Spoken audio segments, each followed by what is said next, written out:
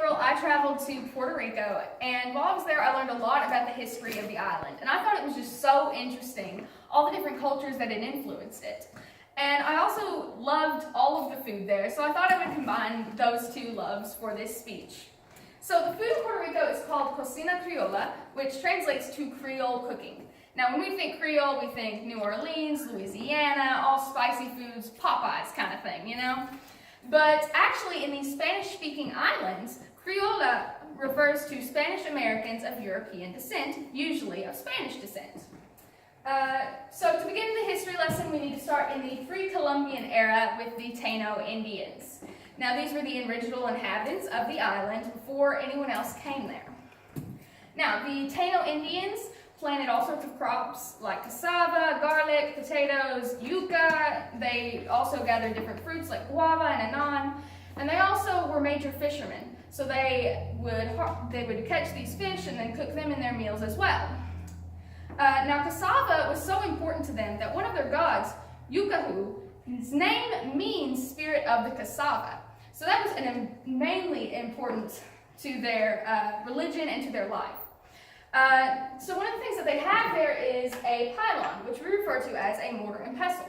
And they would use this to crush up their foods and their medicines, and the pestle part of it is actually still used in a lot of restaurants today to crush things. So now that we talked about the original inhabitants, we have in November 19th, 1493, Columbus. He came to the islands, and then in 1508, Juan Ponce de Leon came, and so this is the first interactions with European and other nations. Now, the Spanish brought with them all sorts of foods that they liked, like olives and cilantro. They also brought over different animals, like the cows and the pigs. They brought the recipes and the foods that they liked to eat with them, and they adapted them with the actual ingredients that are on the islands. Now, they also started this trade with the other European nations and Africa and the other American nations. And the Spanish brought over cocoa from Mexico, and they also ended up bringing over slaves from Africa. Now, the African slaves, according to Tony Santiago in his book, A Brief History of the Afro-Boricua, said that the Spanish crown depended on slavery as a means of manpower to work the mines and build forts. Now, these Africans were brought over because they started killing off the Tainos because of disease and of overworking them. So these slaves brought over their new foods as well, things such like plantains. Now, plantains are a major side you will find in any Puerto Rican dish. They are an offshoot of a banana, and they're used in all sorts of foods.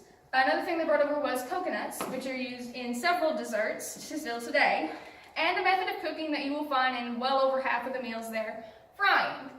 And frying is just something that is very prevalent in the modern culture. And then in 1898, after the Spanish-American War, the United States of America gained possession of Puerto Rico.